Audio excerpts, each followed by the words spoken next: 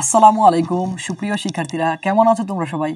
আমি কাজী পরশ পড়াশোনা করছি ঢাকা বিশ্ববিদ্যালয়ে। আজকে তোমাদের অ্যাপ্রোপ্রিয়েট প্রিপোজিশন সম্পর্কে একটি গুরুত্বপূর্ণ টেকনিক পড়াবো। এই টেকনিকটির মাধ্যমে তোমরা সহজে বিশ্ববিদ্যালয়ে ভর্তি পরীক্ষাতে আসা অ্যাপ্রোপ্রিয়েট প্রিপোজিশনগুলো ফাইন্ড আউট করতে পারবে। আসো আমরা প্রথমে দেখি যে সকল ভার্বের পর প্রিপোজিশন অন বসে, খুবই সহজ এবং গুরুত্বপূর্ণ। দেখো, নির্ভর করা অর্থে delay on, reliant on, count on, rest on, depend on, bank on, henge on, এই সবগুলোর অর্থই কিন্তু কি নির্ভর করা। মাঝে মধ্যে কিন্তু তোমার হেঞ্জের পরে আপন শব্দটা বসে, একটু খেয়াল রাখবা। হেঞ্জের সাথে যদি অন এবং আপন দুইটাই অপশন থাকে, তাহলে হেঞ্জের ক্ষেত্রে তোমাকে অবশ্যই আপন অ্যান্সারটা নিতে হবে। আর যদি আপন কোনো ক্ষেত্রে না থাকে, তাহলে তোমরা অবশ্যই অন অ্যান্সারটা নিবা। তাহলে দেখো, এই সবগুলো অর্থই কিন্তু নির্ভর করা। তাহলে আমরা কি কি মনে রাখতে পারি? সবাই আরেকটু আমার সাথে পড়ে ফেলো। ডিলে অন, নির্ভর করা; রিলায়েন্ট অন, নির্ভর করা; কাউন্ট অন, নির্ভর করা; রেস্ট অন, নির্ভর করা; ডিপেন্ড অন, নির্ভর করা; ব্যাংক অন, নির্ভর করা; হেঞ্জ অন, নির্ভর করা। ঠিক আছে? এইগুলোর থেকে কিন্তু তোমাদের বিশ্ববিদ্যালয়ে ভর্তি পরীক্ষাতে প্রশ্ন আসে। আসো আমরা দেখি চট্টগ্রাম বিশ্ববিদ্যালয়ে আসা একটা প্রশ্ন। Most young people would like to be less reliant dash their parents. অধিকাংশ যুবক মানুষেরা কি করে? পছন্দ করে কম কি করতে? নির্ভর করতে তাদের পিতামাতার উপর। তাহলে এটা চট্টগ্রাম বিশ্ববিদ্যালয়ের ৯-১০ সালে আসা প্রশ্ন। আমাদের এখানে রিলায়েন্ট, এরপরে প্রিপোজিশন কি বসে? অন বসে। রিলায়েন্ট অন, ডিপেন্ড অন, এর বাংলা অর্থ কি? নির্ভর করা। আচ্ছা, আরেকটা প্রশ্ন আমরা দেখি। I can not count dash you.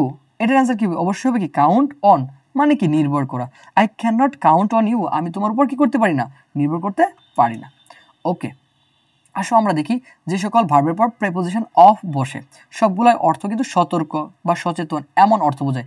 অ্যাওয়্যারের সাথে অ্যাপ্রোপ্রিয়েট প্রিপোজিশন কি হয়? অ্যাওয়্যার অফ, তোমরা অধিকাংশ মানুষই জানো। তারপরে কি হয়? কশাস অফ, সতর্ক; অ্যালার্ট অফ, সতর্ক; কেয়ার অফ, সতর্ক; ভিজিলেন্ট অফ, সতর্ক; তারপরে কনসাস অফ, সতর্ক। এই যে শব্দগুলো আছে, সবগুলোর সাথে কি বসবে? অফ বসবে। এইভাবে প্রত্যেকটা যেখানে অফ বসে, সবগুলো যদি একসাথে পড়ে ফেলো, দেখবা তোমরা খুব সাবকনসিয়াস মাইন্ডে কিন্তু পেরে ফেলতেছো যে অ্যাওয়্যার অফ, সতর্ক; কশাস অফ, সতর্ক; অ্যালার্ট অফ, সতর্ক; কেয়ার অফ, সতর্ক; ভিজিলেন্ট অফ, সতর্ক; কনসাস অফ, সতর্ক। এই সবগুলোর অর্থ কি হয়? সতর্ক হয়। দেখো, ঢাকা বিশ্ববিদ্যালয় সহ বিভিন্ন বিশ্ববিদ্যালয়ে কিভাবে প্রশ্নগুলো আসে।